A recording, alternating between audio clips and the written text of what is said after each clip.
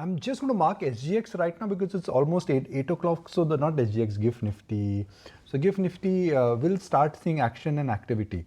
What's interesting here is that the markets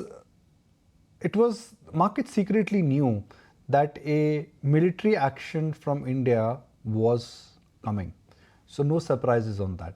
Like Swami sir brilliantly pointed out that it's the language which really matters.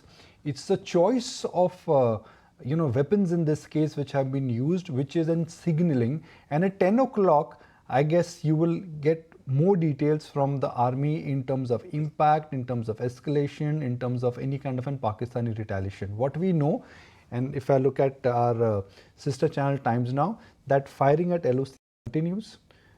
Pakistan, as always, has started with their propaganda machinery, and they're spreading all kind of rubbish lies on social media, claiming all kind of an silly nonsense. So please don't go by that. Having said that, Aisha, this is still a shape-changing news.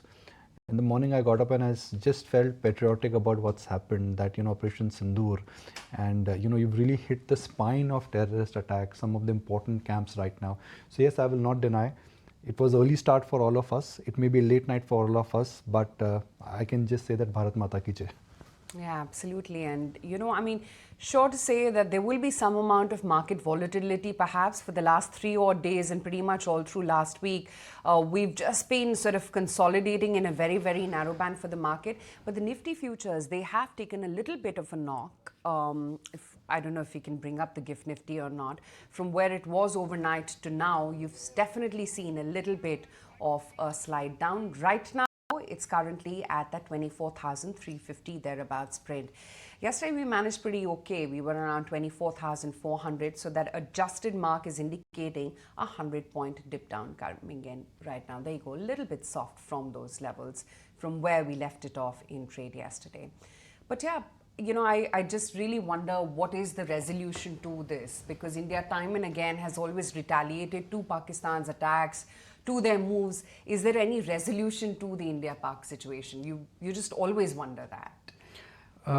It's intent which actually ultimately matters. I mean, the intent is that if a state is supporting terrorism, it's the intent which really needs to change. And I don't think there is an intent which Pakistan has demonstrated, even in terms of that they really want to not be funding the activity of terrorism. So the resolution is very simple. Stop funding terrorism. It's very simple as that. I mean, everybody knows that. But the point is here, the intention which really matters.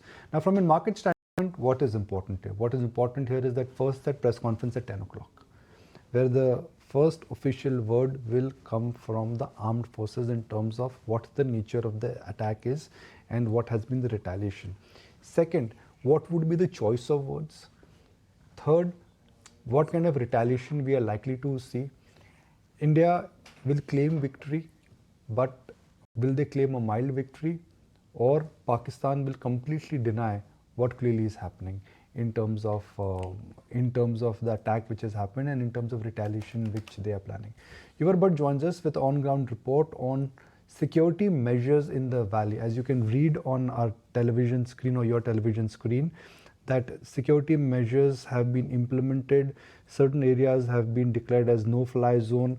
Parts of the border closing areas, parts of Kashmir, parts of northern India, Amritsar, parts of Punjab, they will be in that no-fly zone at least till 12 p.m. today.